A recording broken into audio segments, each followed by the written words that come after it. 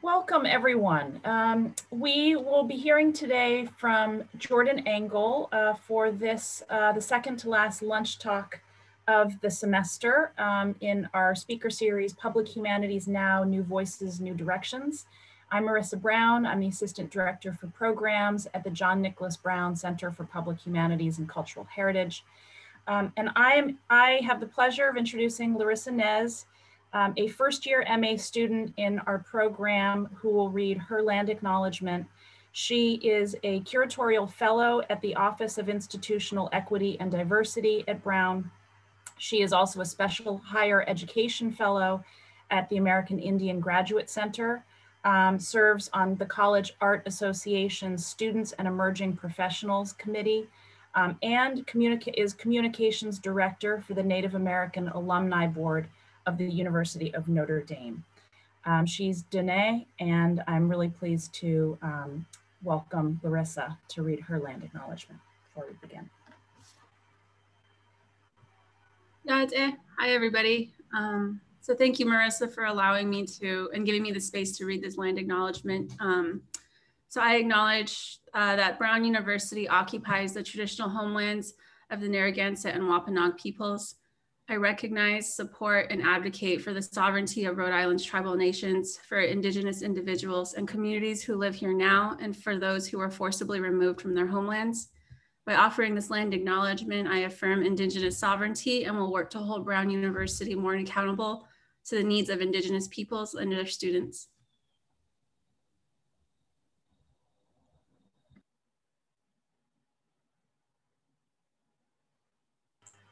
Thank you, Larissa. I have the pleasure of introducing Jordan today. He will be giving a presentation on the Decolonial Atlas project. And just for people who are joining for the first time, one of our lunch talks, his presentation will run for about half an hour, 25 minutes, and then we'll have plenty of time for questions and conversation. And the way that you can ask a question is to please use the chat box if you don't mind. So you can just send a chat to me, let me know you've got a question and I can unmute you, or you can also just sort of use the chat box if you'd like to ask a question, and then we can get into conversation when Jordan is done. Jordan is a self-taught map maker. He founded the Decolonial Atlas in 2014 as an independent project. He was raised in Rochester, New York, and he is based in New York City right now. And he has a BA in Sustainable Community Development from Berea College in Kentucky. His day job when he's not map making is that he works in food justice. So I just wanted to say before he begins that the Decolonial Atlas project has really made a lot of waves at the Public Humanities Center. We've been thinking a lot over the last few years about mapping, about critical mapping, and I know a lot of our students, the community that we're a part of has been really following this project with a lot of interest. So Jordan, thanks a lot for taking the time to be with us today and share your work. Thank you so much for having me. I'm really excited to talk with you all today. Let me share my screen.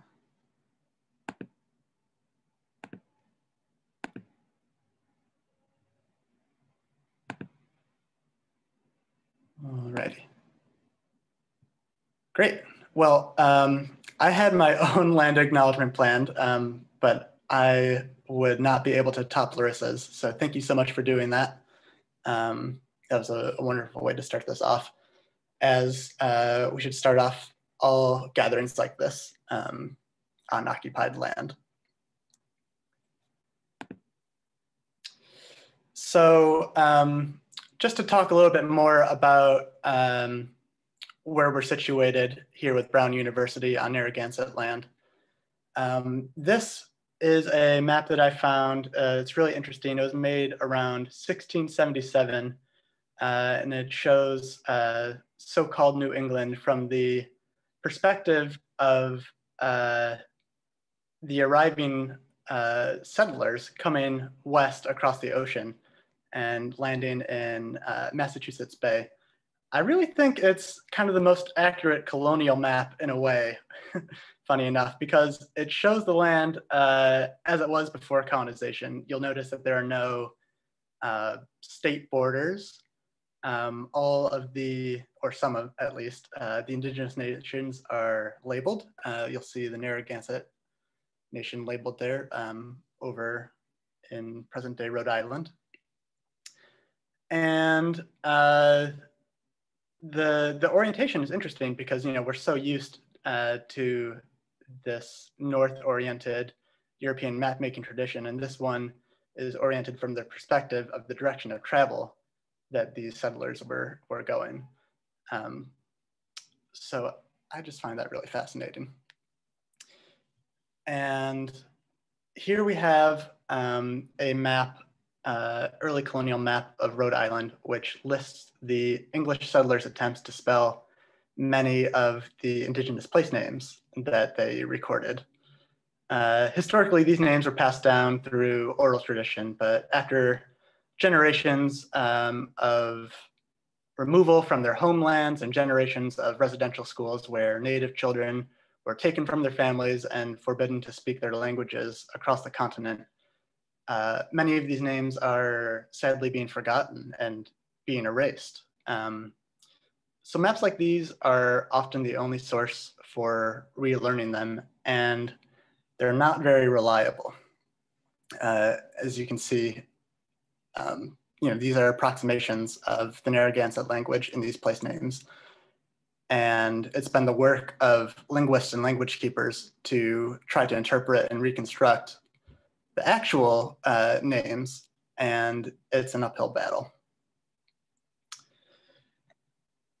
They say that, that history is written by the victors, and maps are really made by the colonizers, at least the ones that we're accustomed to seeing. So the Decolonial Atlas was started in response to that, to amplify indigenous geographic perspectives and challenge the monopoly that colonial maps have in our consciousness. The world has a lot to learn from these indigenous perspectives, but even more importantly, indigenous cartography contributes to the overall perpetuation of indigenous cultures, which for so long have been suppressed. Indigenous place names, in particular, was our initial focus with the Decolonial Atlas, and they're really important reflections of the cultures and places that they represent. So compared to colonial place names, which are often named for important settlers or transplanted from the homelands across the water, England and France and so on, indigenous place names are much more deeply rooted in the local history and geography of that particular place. So documenting these names serves to support ongoing language revitalization efforts and acknowledge unextinguished indigenous land tenure.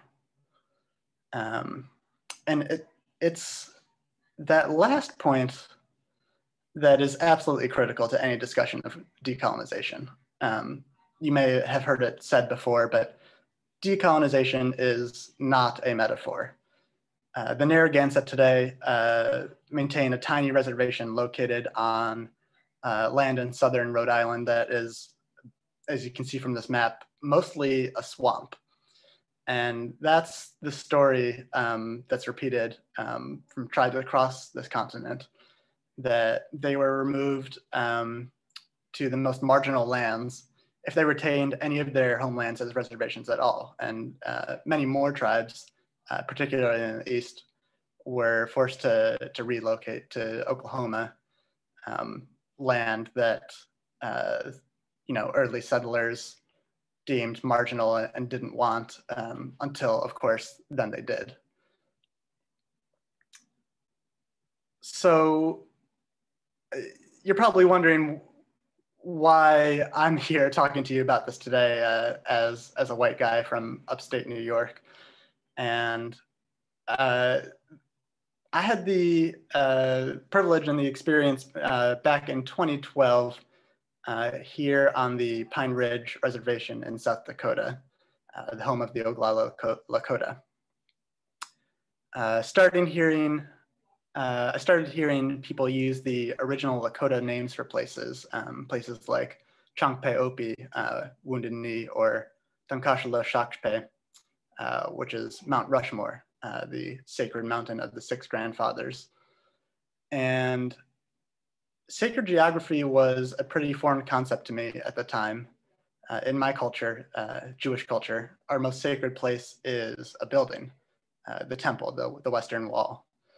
But as I learned, or rather as I read Black Elk Speaks, if any of you have read that before, he's quoted as saying that the Holy Land is everywhere, and the landscape is the Lakota temple, if we're thinking in Jewish terms.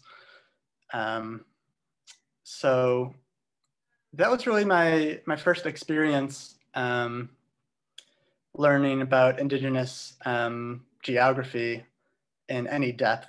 And I worked with some of my friends out there to create this map, which was my very first map.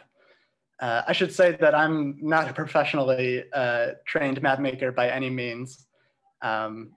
A lot of my early maps were actually made on Microsoft Paint, thus the pretty poor quality, I gotta say. I'm very embarrassed by it now. But, you know, from its start, it was a very grassroots project, working with minimal resources, you know, just a computer and the ancestral language and knowledge of the elders. Here I am foraging tubers at Pine Ridge with my friend Mary Horse. Food justice and sustainability were what brought me to Pine Ridge initially. But as you know, it had a big impact on me personally. And now the Decolonial Atlas is not just me. We are a group of 3 core people, Jewish and Indigenous, Mohawk. But then there's also a whole host of language keepers and language preservationists who help us with specific projects from time to time. After I left Pine Ridge, I started researching the Indigenous history of the area I grew up in Rochester, New York. And after not ever thinking about it, suddenly I was really shocked that I didn't know the Seneca name for the place that I called home. Like, how could you live in Istanbul and know nothing of Constantinople? The answer, of course, is colonial erasure, deliberately burying all traces of the land's Indigenous past and present.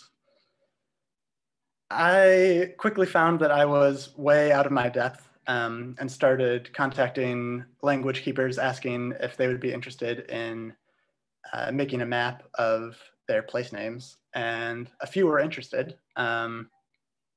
This map was a collaboration, an early collaboration I had with a Mohawk speaker named Hio.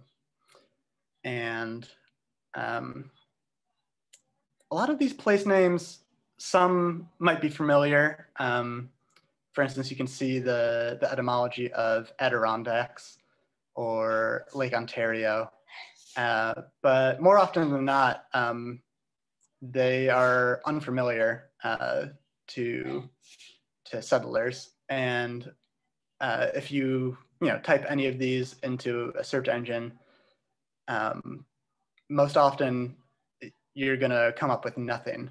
And that's really the level of erasure that we're talking about here. Colonial place names often fail to represent anything meaningful about the local ecosystem or the culture of a precise location. They're really instead chosen after important people. For instance, Rochester, where I grew up, or Johannesburg, Vancouver, Sydney, you name it. Or after places from the colonial culture, like New York and New Orleans and New South Wales. Indigenous place names, by comparison, are usually uniquely tied to a specific location, describing the landscape or a species that proliferates in that area or a cultural event that occurred at that location. Here we have a map that I made with an Ojibwe speaker, Charlie Lippert. And these are the headwaters of the Mississippi River, labeled in Ojibwe. One interesting thing about this map is that early colonizers were likely well aware of what they were doing in this erasure. As they made their way across the continent, they often kept fairly detailed records of indigenous place names. But there was a guy named Henry Schoolcraft. He was a 19th century US Indian agent who actually was fluent in Ojibwe, and he meticulously documented their place names. And as a geographer, he had the privilege of deciding what future generations of settlers would call the places that he went through. But rather than passing on that knowledge, Schoolcraft was notorious for creating fake native place names. So Lake Itasca, which is the source of the Mississippi River, and on the bottom left of this map, it was named by Schoolcraft. It has no meaning in any language, and many people wrongly assume that it's Ojibwe, but the actual name is listed there, and it translates to Elk Lake.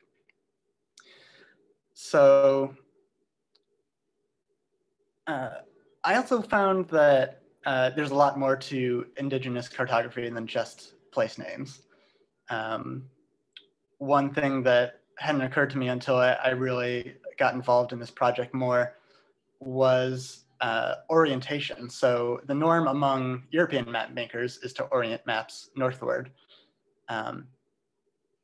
As an aside, I should say that that wasn't even always the case among Europeans. There was a time when they're called T&O maps. They faced east towards Jerusalem. And among indigenous cultures here in Turtle Island, some traditionally orient themselves to the south, some north, many, perhaps even most, to the east. And that's not because of Jerusalem, obviously, but because most often that's the direction of the rising sun. So looking for historic examples of non-Western cartography, I stumbled upon the works of Muhammad Al-Adisiri. He was a 10th century Amazigh mapmaker from the city of Quetta, which is now a Spanish enclave in Morocco. He made this map, which it's a world map. You can see the Arabian Peninsula in the top middle, Europe in the bottom right. It's oriented to the south, and there's really nothing inaccurate about that orientation.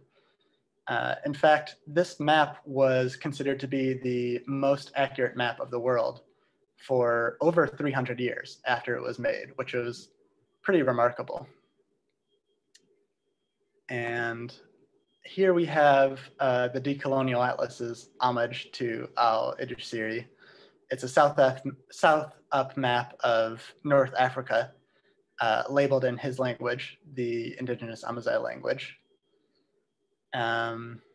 Most of us can't read it, obviously, but if any of you are fans of West African rock music, you might be familiar with the band Narwin. That's the Amazigh word for the Sahara Desert. And Sahara, of course, is the Arabic word meaning desert. But because so much of the way in which modern people understand the world is formed by geography, the importance of alternative cartographies really can't be understated. Mapmaking developed independently in many cultures around the world. And there's examples of, in the Marshall Islands, indigenous peoples would use stick charts to map the wave currents, which were far more advanced than any Western nautical mapping system was for centuries, if not millennia. Or in Greenland, for another example, the Inuit would make maps out of driftwood. They would carve the landscape into this driftwood that would then be inserted into their mittens so they could take it traveling on canoes and feel the landscape on the driftwood in the dark in their canoe. Just completely ingenious. And it had the added benefit of floating too, so you would never lose it if it happened to fall in the water. Today, it's really not unlikely to find identical world maps in classrooms on anywhere in the planet, in spite of very different indigenous cultural understandings of geography. And that cultural knowledge is rapidly being lost. Map making is really, it's an art, not a science, in my opinion. And the rigid international standardization that has been applied to it really stifles individual and cultural expression. So our goal with these maps is to try to educate people in other ways of thinking. So here we have a map that we made expanding on that North Africa map to encompass the entire continent, labeled with the indigenous place names. And very importantly, you'll notice that it has no borders. Most indigenous nations did not have clearly defined borders as we think of them today. And the concept of land ownership itself seemed absurd to many. Colonial powers, without the consent of indigenous peoples, draw up political borders that more often than not don't reflect any real natural or cultural boundaries. They are imaginary lines that are superimposed on the land by people who have little knowledge of it. Borders don't really exist outside our imaginations, but they have been ingrained so deeply in our mental geographies that they seem real. There was a recent analysis that found that most international borders are actually less than a century old. So these things that we are so prevalent in our mental geographies, and we can't imagine a world map without them, less than 100 years ago, most of them didn't exist.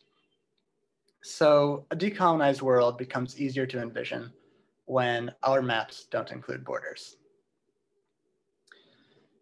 After making this map of Africa, it was around then that we started thinking about mapping the entire continent of North America, Turtle Island, this way. It was pretty ambitious. The information that we need to do that was really hard to find and involved contacting speakers of hundreds of different languages all across the continent. So I'll touch more on that later.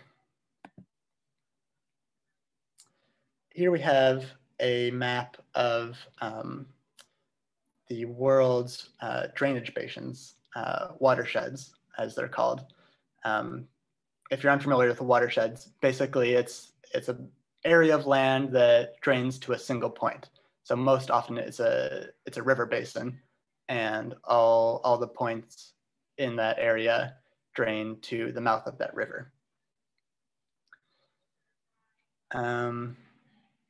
There are really no shortage of ways to map our planet, and yet there is largely only one map that we see on a regular basis, and that's the political map of the world's borders. And with those maps, we really teach our children a simple story about the world being neatly divided up into nation states. And those children then, of course, grow into adults with that map ingrained as their main geographic framework. So we wanted to challenge that framework, but present an alternative that's still visually familiar, something colorful and simple and evoking a typical children's political world map that's at once disorienting and grounding. And so watersheds were really a great way to do that. They're an example of this thing called bioregions, which are basically just ways that nature divides the land itself. And so we were trying to think of ways to challenge these colonial borders, but still, if you're going to have to divide a map in a certain way, this is a pretty darn good way to do it. Another thing about this map is that it uses an equal area projection. I'm not going to talk to you all about why the Mercator projection is bad, the one that makes Greenland as big as Africa. I'm sure we're all familiar. But the issue of projections in cartography really comes down to equal representation. So the maps that many of us use diminish the relative size of the global south while allowing for a greater level of detail in Europe and North America. And obviously, because the Earth is spherical, there's no perfect way to represent it on a flat surface. But there are many great equal area projections, which are certainly preferable to the Mercator. Some of my favorites are the Eckert 4, that's this one. And another one was invented just recently in 2018. It's called the Equal Earth Projection.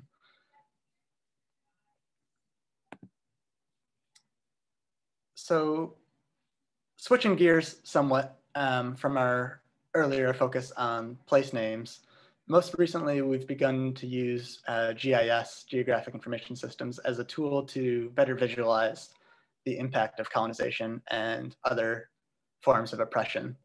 So here on the left, we have a map of the subway system of present-day Mexico City, overlaid on the landscape as it was prior to colonization, when it was known as Tenochtitlan. And on the right, we have a similar map. This is, of course, New York City, where I now live, and the subway system laid over the map of the ecology of the island, again, prior to colonization. And it's really interesting that so many people walk this land, settlers, I mean, of course, and have no idea the history of what they're walking over, both in terms of the ecological history and the indigenous social history. Where were the villages, for instance, prior to colonization, where Manhattan, the name itself derives from the Lenape language, which means the place where wood is gathered to make bows, because there was a stand of hickory trees in southern Manhattan, which were excellent for making bow and arrow. And the American history system is thorough when it wants to be, and conveniently overlooks vast portions of the history of this place. And so once again, that is another of our goals with these maps. We've recently somehow amassed a pretty large following on social media. So lately we've also been crafting a lot of educational maps specifically designed for Instagram that are pretty small and simple and easy to read on a phone, but still, educational. And this one came out of the Black Lives Matter protests in June.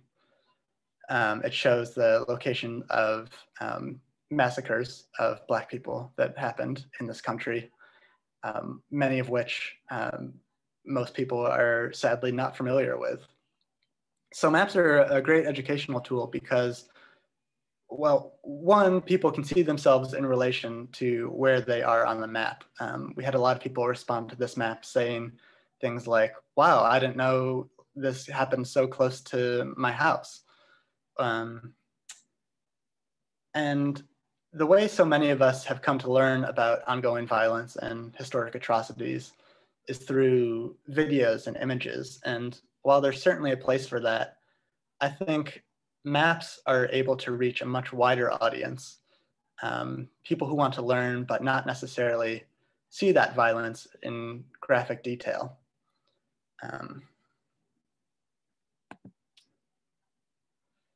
And here's another example of ways we're using map making to highlight current issues, such as Black Lives Matter, such as climate change.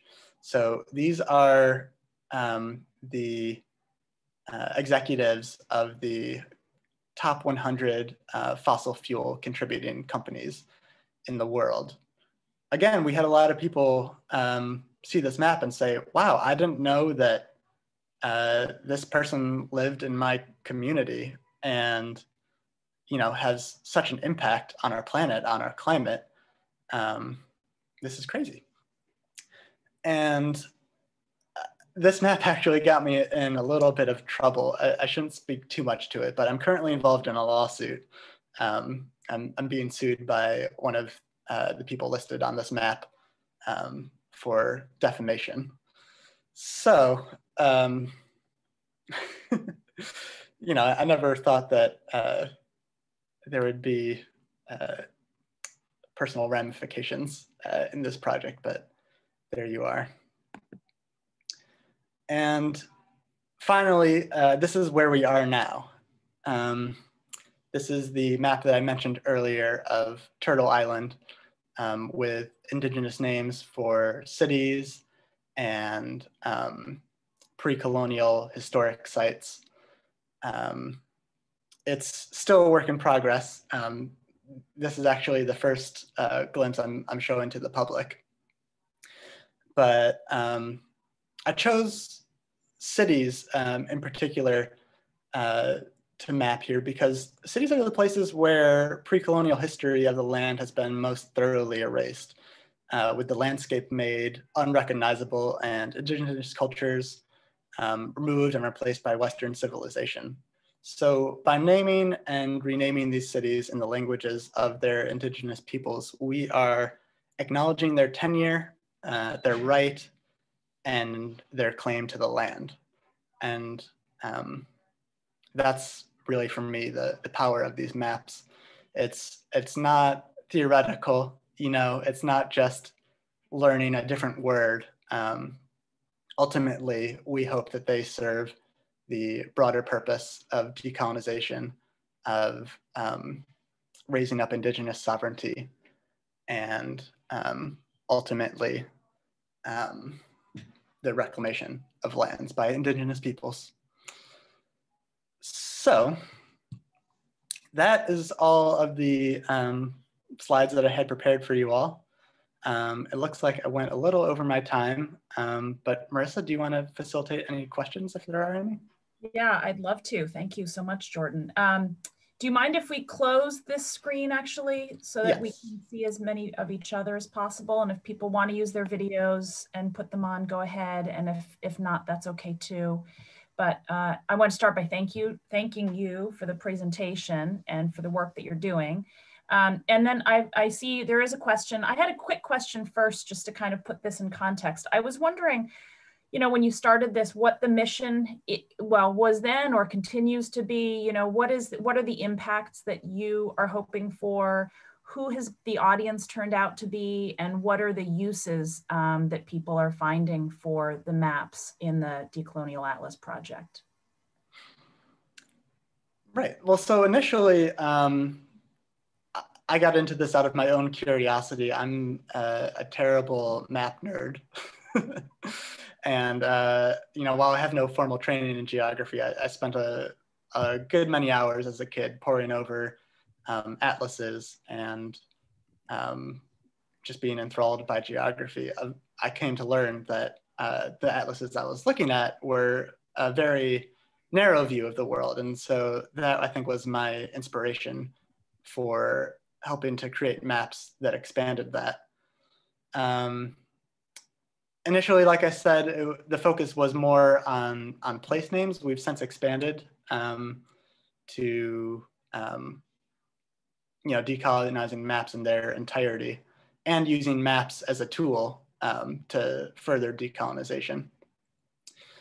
But all the maps that we make are Creative Commons. They're open for anyone to use. So the uses of them have been brought, and to be honest, I am not entirely sure where they all end up. I know a lot have ended up hanging on the walls of Indigenous cultural centers, which makes me very, very happy to know that they're being used to educate children and Indigenous communities about this knowledge that, you know, if it wasn't known, it was often only known by a small group of elders.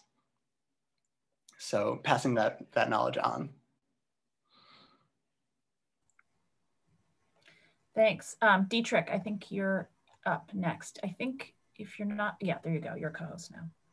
Right. Thank you, Jordan. That was fascinating. And I've always been, just like you, really fascinated with maps and call it a map nerd. You know, I love old atlases and looking at the different ones. And I've bought at some point all of Edward Tufte's books, which I'm sure you're very familiar with, of maps and turning statistics into graphics and so on. Wonderful stuff. And I think you've really contributed to that art of map making, as he called it, very convincingly. I had a question about place names, you know, and decolonization. There's, of course, an interesting question when they are transcribed and we read them there and they have, you know, accents or a colon in the middle or, you know, duplication of letters and so on. Wonder if you could speak to who made those transcriptions of, let's say, Native American names. And, you know, I'm thinking, of course, of Roger Williams, who founded Rhode Island and Providence in 1636, who wrote the first dictionary of Native American language of the Narragansets. And that he must have used some transcription. But of course, it's a transcription so that the place names become readable for people who speak English, right? If it were for Germans, it would look totally different, right? So there is already a sense of sort of, you know, colonization embedded in the transcription of those place names. So I wonder if you could just talk a little bit about the history, where they come from and whom they serve and so on, you know, the transcription of those spoken names. Sure, yeah. Well, the early colonial documentation of these names was often done by whoever happened to be there, often missionaries. And very rarely, if ever, was it done by professionally trained linguists. So of course they have no standardized orthography for how they're documenting these words. And for many of the more endangered or dormant languages, place names are the only documentation we have for the entire language. And so it's really unfortunate that there's not a clear way to decode the proper pronunciation or spelling of a lot of those names. But today, you know, a lot of languages are developing a standardized orthography, a way of writing the language. And most often they're not designed for English speakers. They're designed with punctuation and such to make it easier for the Indigenous language speakers who are fluent in it already to distinguish between different sounds. Thank you. Yeah. Nancy Jakubowski, I think you had the first question. There you go. Hi, Jordan, thanks. I work in the Brown Library and I too love maps, and this has been fascinating. I don't know if you're familiar with some tribal maps made by a guy, Victor Temprano. It's some project called Native Land, and he's done like North American tribal things. But my question was multifaceted. How do you pick the projects? And clearly you work with some Indigenous collaborators, but you must also have to do some deep dive research, maybe into archives, map collections. Kind of, can you do a little shorthand what your process would be for a project? Yeah, so initially the projects that I chose were ones that were personal to me. I mapped the Pine Ridge Reservation because that's where I was. And then I mapped Mohawk territory because that's where I grew up. And over time, as the project has grown, we've been approached. They come to us. But in the early days, you know, as much as I dislike Facebook, there are a lot of communities and groups on Facebook of native language speakers. And that was the place where I would go to discuss making maps with people and learn about their languages. And of course, yes, I did have to do some deep diving into archives. But I never, as a white person dealing with Indigenous knowledge, you know, I never wanted to be the one to put that out there without receiving the proper permissions. So always working side by side with tribal experts, I think, has been our mode of operation. Thank you. Leah Bergen, I think actually some of the next questions have to do too with, you know, sort of how you work in community engagement. Leah Bergen, let me find you here. There you go. There you go. Hello. Thank you so much for your talk. And yes, my question was asked beautifully by Nancy. So I can ask a different question if that's okay, which is what, if you have looked into this at all, plans do you have for promoting different maps or different ways of visualizing information about the world in classrooms in sort of a K through 12 context? I was really struck by your comment that maps really shape how everyone sees the world, and it seems like that would be a great place for some intervention. Absolutely, yeah, I wish I had these maps as a kid. So actually, a very recent development in the Decolonial Atlas is that we are actually going to be a published atlas. We're in talks with folks now about creating both an atlas for adults, a more academic one, and then also a children's atlas that I hope, it's my dream for these to end up in schools. That would be phenomenal. Maggie, I think you were next. Awesome, thanks Marissa. My question's, how do you negotiate appropriating the settler colonial military technologies like GIS to support a decolonial atlas? So I'm really thinking about like the logics that are undergirding a lot of map making technologies and the sort of material that informs the creation of the map, and how do you kind of undo their metrics of surveillance?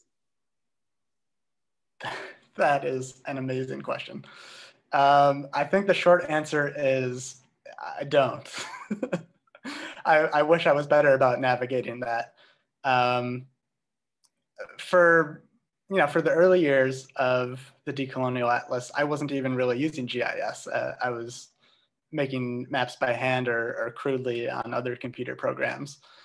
But yeah, no, you are absolutely right to highlight that GIS has its origins in a system, in the tools that were the same tools that were used to oppress and marginalize so many people. So that's a very great question that I'm sorry I don't have a great answer for. Kate had the next question. Kate Wells. Hi, Jordan, this is fascinating. I am a curator in special collections at Providence Public Library. And so we've been trying to do a lot of thinking about sort of decolonizing classification systems in terms of sort of just knowledge management, taxonomy, things like that. And so what I'm sort of really interested in is thinking about, I was really excited to hear you mentioned the title map. And so I'm wondering if there are ways in which you've found that various Indigenous communities sort of classify their own sense of place in ways that are sort of distinctly different than this sort of European model. So thinking about like you know, the importance of certain kinds of locations, places, structures, things like that in a way that might be very different than the European conventions. Yeah, in fact, there's so many examples. I don't even know. One, I think I would love to direct you to the Zuni community in New Mexico. Has a wonderful project engaging local artists in mapping out Zuni cultural knowledge of the land through painting. And so it's not a typical, you know, bird's eye view, straight down European style of map, but often more of an aspect, an angle, and highlighting really only the places that are of cultural importance to the Zuni. And there's tons of projects like that everywhere, but that's one that really stands out to me. Thanks. So I should also say that, you know, decolonial mapmaking has obviously been going on for far longer than the Decolonial Atlas has been around. And so another role that I think we are trying to fill is we are trying to be really the first actual atlas, the collection of all of these maps that, you know, various communities have been working on, and bringing them all together so that we have a more cohesive view of, you know, not just what's happening in your community, but knowing how others are engaging with maps. Thanks. Felicia, sorry, I think you're next. Hinagopia, good morning. So I have three questions. One is, as far as the collaboration process, are participants paid for their time? And then the other two questions I have are related to credit. So the people who do contribute to these maps, are they actually given due credit for their work? And on top of that, are these tribal members able to claim, I guess, are these tribal communities able to claim these maps as their own cultural and intellectual property? To the last question, yes. We've had instances where we've collaborated on maps, and then the community I worked with later on decided that they wanted to bring that knowledge back into their community and not share it with the broader. And so we took that map down. So the Atlas up to this point has made no money, and so there's been no financial compensation. There's just been out of the gracious efforts of the language keepers and the elders we work with to share it. We've tried to acknowledge them as best we can. Often,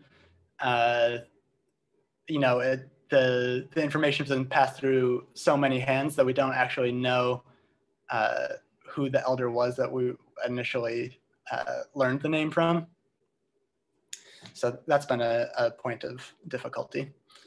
But yeah, if these published atlases come to manifest, then one thing we're exploring is how to properly compensate all the people who've worked with us over the years.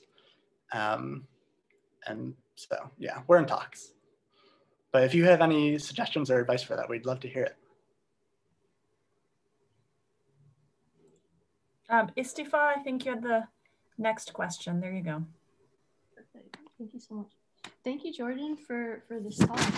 I mean, I first came across you on Instagram, so I was really excited to see that you were being hosted here today. So thank you so much for joining us, and thank you for spatially situating our stakes in decolonization.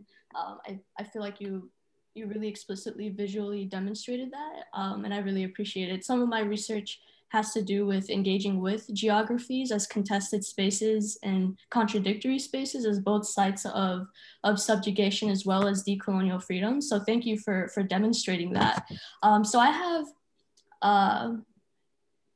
so I had two questions, but I think one was actually addressed earlier in terms of what your community collaboration processes look like. And thank you, Felicia, for asking what the recognition and potential compensation process looks like for Indigenous community collaborators. The question is, so I was really drawn to the Black Massacres map that you pulled, and I really appreciated how you were saying that utilizing maps can reach a wider audience, especially for those who want to educate themselves on anti-Black violence, but not necessarily witness or see the violence. So my question has to do with, often the circulation of anti-Black violence, and often what Black Lives Matter is coerced or pressured into doing is to sort of display these really graphic and grotesque circulations of violence. So I really appreciate how this map instead actually spatially situates these modes of anti-Black violence while contesting the spectacularization and displays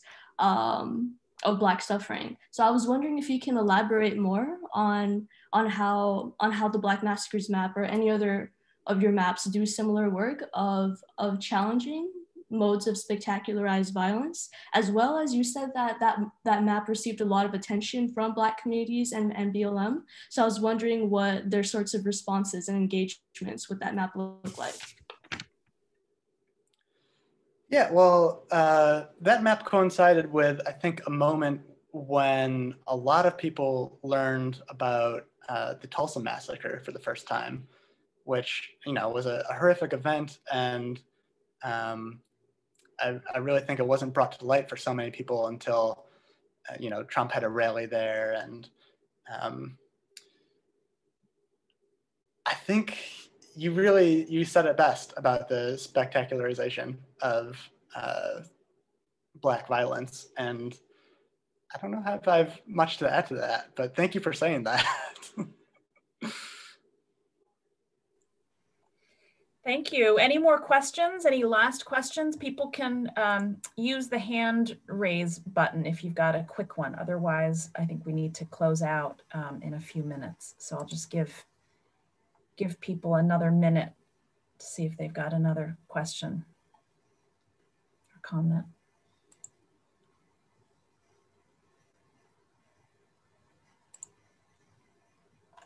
Okay, great. Maybe do you mind closing, Jordan, with telling us what you're working on right now? What's sort of the next series or map that you're working on right now for the project? That Turtle Island map, the last one I shared, was our latest project. And actually that was one of our earliest projects. It's taken the better part of 7 years of research and consulting to get to where we are with that map now. So once that's released, I don't know what I'm going to do with myself, but we'll see. Great. Well, it sounds like a book is in the works, so we'll look for that too. Okay, great. Well, thank you. Thanks, Jordan. Thanks for sharing your work. Thanks everyone for coming and sharing your questions and thoughts as well. Bye. Be safe, everyone.